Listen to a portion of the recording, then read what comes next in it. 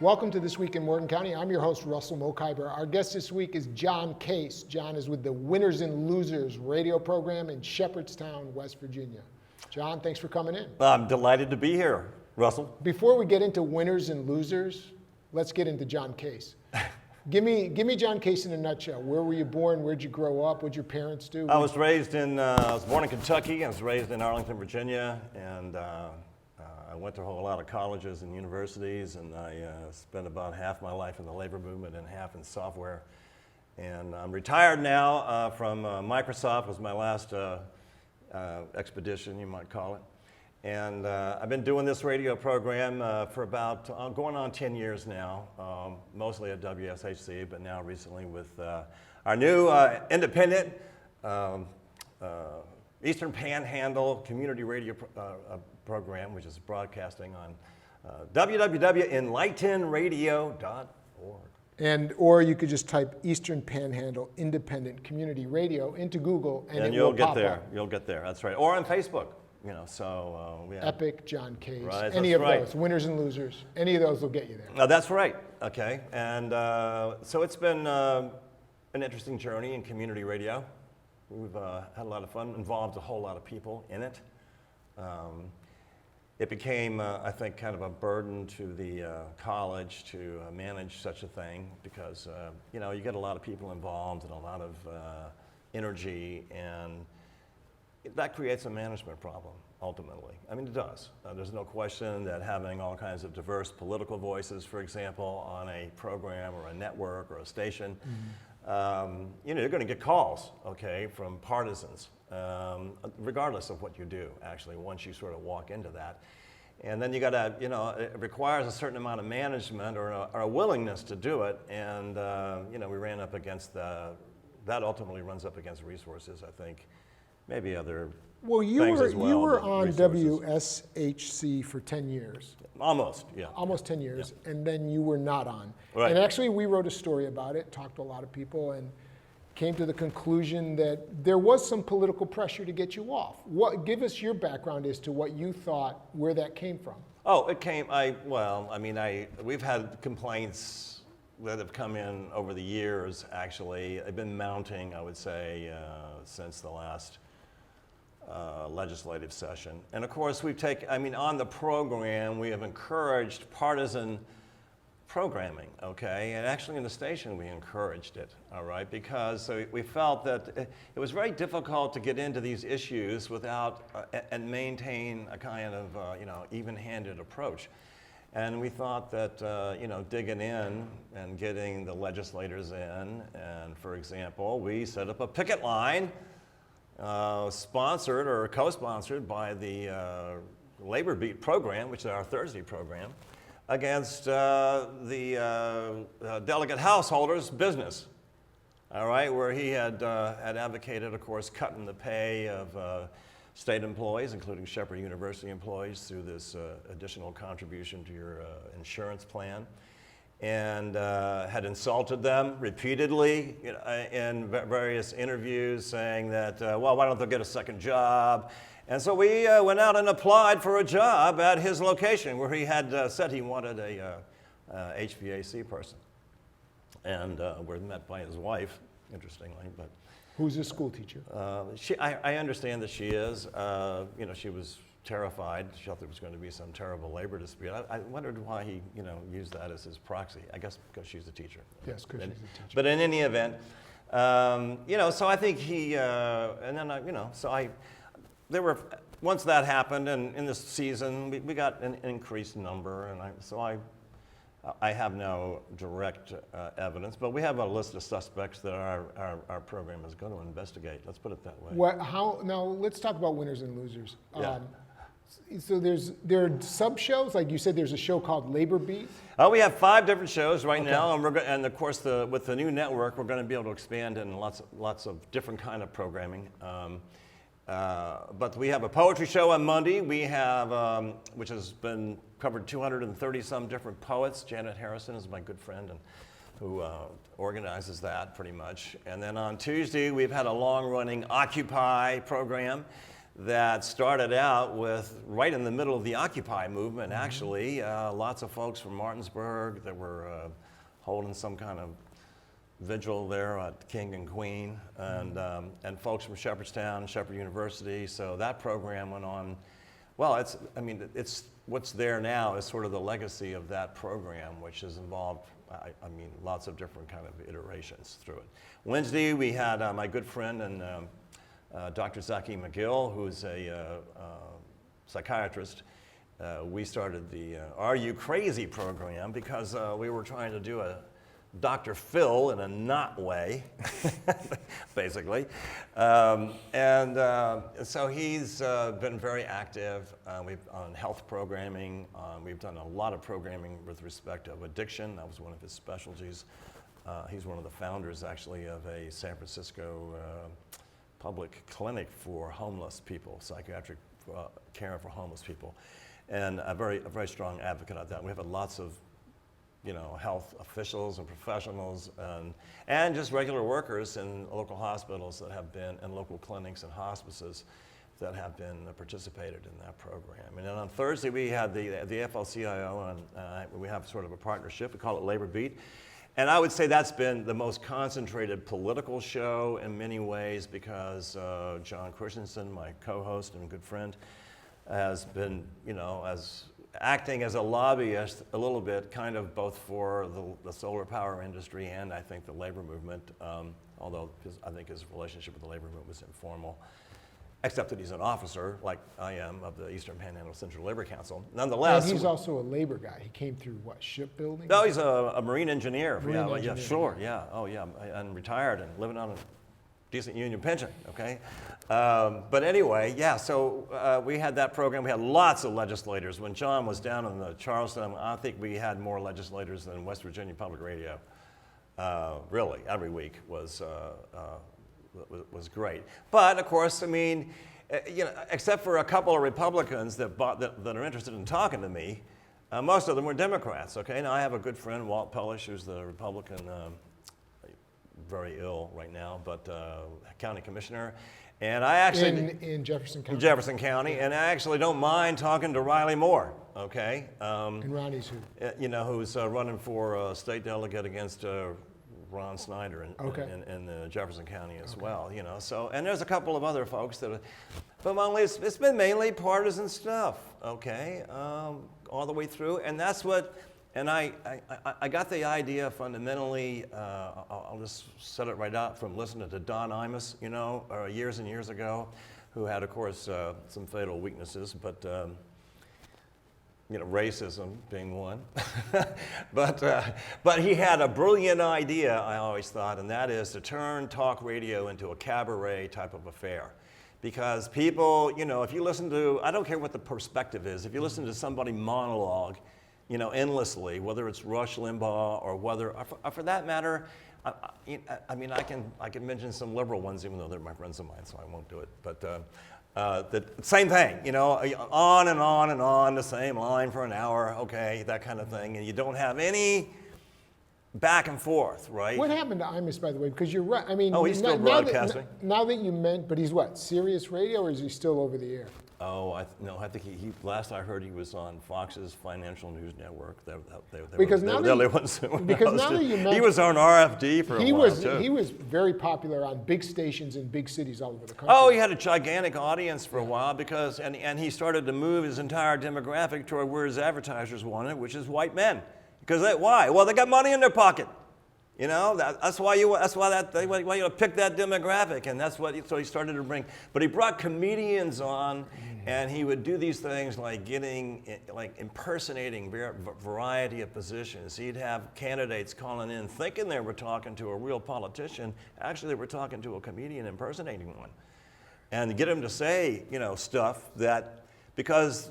I thought I was just talking to one voice. No, Imus set it up so there was 4 or 5 different things going on, and that would get the political people, to tell the truth. Now, when I was a labor organizer, I had my, I wish I'd known more about economics then, as much as I do now. I'm married to an economist now, But back then, we used to have a method of telling whether the company's telling you the truth or not, because they'll lie to you, and if you get them drunk, they'll tell you they'll lie to you too. And now you got to set fire a little bit and turn up the heat a little bit. Otherwise, you're never going to tell you a damn thing about what the truth is about what they can afford to pay you. And so learn that technique of having conflict and risk and some heat on the question. I think that's important. Do you really want to get to the truth? Because in my view, we're all the little blind men the prince is making a fool of, looking at the elephant and trying to figure out what it is. And we'll do better together than we will. You're more Don Imus than Howard Stern? Oh, yeah. Well, Howard was just on, but he wanted to talk sex all the time. And Don didn't want to do that.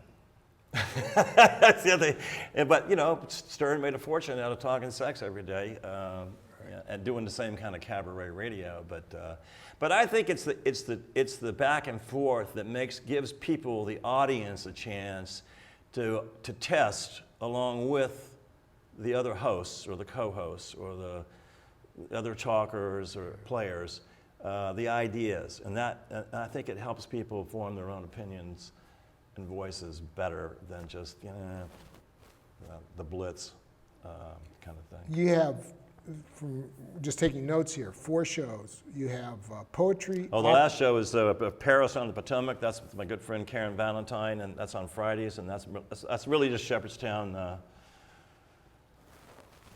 gossip and politics. Arts and crafts and little businesses, and we've had some, we've had people that have seen ghosts. We've had we've had the ghost storytellers. We have a great storyteller actually from Hagerstown who's doing a lot on our new network called Fanny Crawford. There's a great group of storytellers up in Hagerstown, by the way. I mean, they're really good. So you go beyond Shepherdstown, like? Oh yeah. And for a long time, we used to have the mayor of Hagerstown call in all the time. He liked talking to us for some reason, but we've had but Friday has mostly been about Shepherdstown. The culture, the arts, the crafts, the businesses, and what people are doing in town. So that's been the program. But all of them have involved some politics, and we ran up against that. And so we decided to do our own thing, and I'm hoping it'll work. Are these hour shows each? 2. 2 hours each?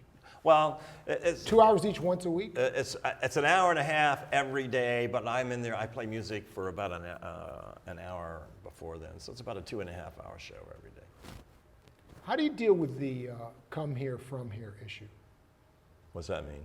Well, the people who have been in West Virginia their whole lives as opposed to the people who come here and go to Shepherdstown. Well, okay, that's one thing, but I have a little more credentials because my mother was raised in just about 45 miles northwest of Beckley, West Virginia, and her whole family kind of hails from West Virginia way back, Wheeling, and from southern West Virginia. And it's true that my father was from Kansas, and he stole her when she was working for the government during World War II. But I like, but you know what I mean. You know what I'm talking about. It's more of it's more than just a political divide, although it is a political divide. Well, you're in Washington D.C. and Baltimore exurbia here. Okay, I mean the highest incomes in the state are here because they're working in the technology corridor or in D.C. And that creates a very different situation, which addresses a serious political problem in West Virginia that is maybe even more serious than the political divide makes it look. Because I personally don't see any way for the state to get the revenues that it wants through any internal mechanism. I don't see any ability to sort of lift yourself up out of your bootstraps and change your entire economic model that you've been living on for 100 years and for which all these institutions have arisen around to either protect or support or come in from the underside, like the labor movement to a certain extent, and I mean, there's lots of relationships that are built into statute, law, institutions that are driven by that whole economic model, right? And as that crumbles, and you find yourself in other respects, the status of your workforce, how educated is it, how healthy is it, infrastructure of whatever kind you want to talk about, roads or bandwidth or all these other things, the quality of your higher education system, which is of course going to be partly be reflected. What about at the bottom? And you're paying teachers at a level that they'll never be able to afford to send their own kids to school. Never, not unless they got Well, on that point, So you got a real fundamental economic problem that is probably only going to be solved by having the centralization of the state break up, and those areas of the state that can prosper, which is probably this area and the northern panhandle, maybe a few others, and the rest, people are they're going to abandon. I mean, unless Jim Justice, who I did not going to vote for Hillary, okay, but he's going to go beg that woman, and when she becomes president, for every dime he can to fulfill these promises to these miners and their pensions, and all these companies that are, just raping the pension funds as they go bankrupt, okay, leaving them, there's nothing left for the creditors except your pension fund. So sorry. Buy, that kind of thing. Well, you're going to rescue those people. Who are you going to get the money? Well, you're going to have to go beg Mrs. Clinton for it, President Clinton for it. And what's she going to do? I'd like to have she's going to say, well, I'd like to have a thank you note, Jim. And let me write it for you. I can just see how that's going to go. We had a family reunion, people from all over the country, and a cousin drove out from the West Coast in a Tesla, 100% electric car. Yeah. And he says that the whole country will be electric cars in 15 years as the country moves to renewable energy. Why isn't that the answer for West Virginia? Because as coal crumbles, something's got to take its place. Well, and why not the public project to move the state and take the lead? We have a company right here in Morgan County, Mountain View Solar, that's at the forefront of it. Yeah, but I don't think it's going to generate the jobs that are necessary. You're looking at how are you going to bring net state revenue up, and on a trajectory which is sustainable. I think there's something missing. I'm sure. It's like people say manufacturing of a high tech. Well, I'm sorry, high tech manufacturing is going to be mostly robots. It's not going to be very many people. Same is probably true of a lot of occupations that were the foundation of what we used to call middle class work. You're either going to be into. I don't see very many paths to restoring middle class incomes except one on the bottom, collective bargaining rights being made much more universal than they are now, or two, big investments in the level of education required in this high service economy. My friend Carl Davidson refers to it, I think, as, what's he call it, I've forgotten now, high content or something like that, high technology content kinds of occupations, right? And so if the idea is that, okay, there's incomes there, assuming that you can market your intellectual capital in a fair way in the economy, right? But also public works programs, a New Deal. A New Deal, it's true, but that would be huge for West Virginia. But again, how much money? It's a lot of money. It's a lot of money. Okay, you got to figure out where it's going to come from. Let's get back to come here and from here. Yeah. Because, your whole, and I want to get into some of the details of your programming, but what about the people? Did you ever read a guy named Joe Badgett? Remember Joe Badgett? He wrote a book called... oh, sure, yeah. From Winchester. Well, actually, he grew up here with his grandparents. But he wrote it about Winchester. Right. Yeah, I remember that. Deer Hunting with Jesus. Yeah, I know. Right. And then he wrote a book called Rainbow. I didn't like it. You didn't like Deer Hunting with Jesus? No. Well, tell me why. This was basically like the guy from Kansas, What's the Matter with Kansas? Yeah, I didn't like his book either. You didn't like that? No. And basically their argument Thomas is... Frank. Thomas Frank. And their argument is that the white working class, the people here who've been here forever, vote against their interests. And they both asked the question, why is that? And they both come to pretty interesting conclusions as to why is that. But Well, why don't you like it? actually, I think, well, first of all, on Thomas Frank's What's the Matter with Kansas, I mean, his premise was the working class is voting Republican. But, you know, I saw a great article by a Princeton professor. Actually, I can't remember his name either right now, but he's one of the top political scientists. He took that argument apart and showed that that was actually not true. What had happened is that the working class, so to speak, was just smaller and calculated as had been calculated before. And you also have, I mean, the thing about the Paget books, the deer hunting, well, I mean, they're written in a way that the level of disdain at working people, you know, that is there, whether they're white or any other thing, because it just turned me off, you know. I never found that kind of culture to really be dominant amongst the union people and the union campaigns and the labor movement I was associated with for 20 years. And I never, occasionally, but I never found that to be the dominant trend. I found decency, a sense of honor, solidarity in really extraordinary circumstances. Heroism, yes, cowardice too. And sometimes for good reasons. I mean, you know, when the enemy taking the field is really overpowering, the retreat is not a bad idea.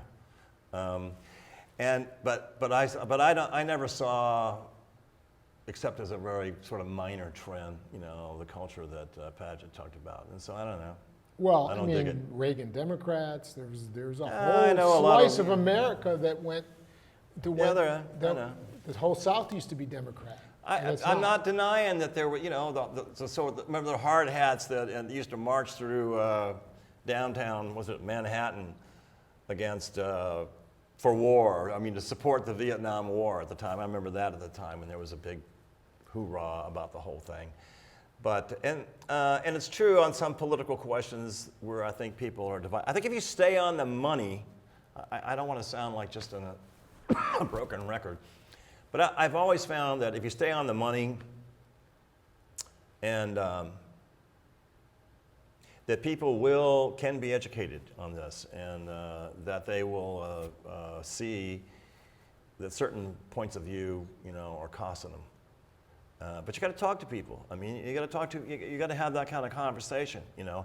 And even if you don't agree about so-and-so politician or this and that, or even if you don't agree on some race or gender or maybe some other issues, okay, you know, I think if you know the ability to talk to people, you know, about look, how are you paying the bills?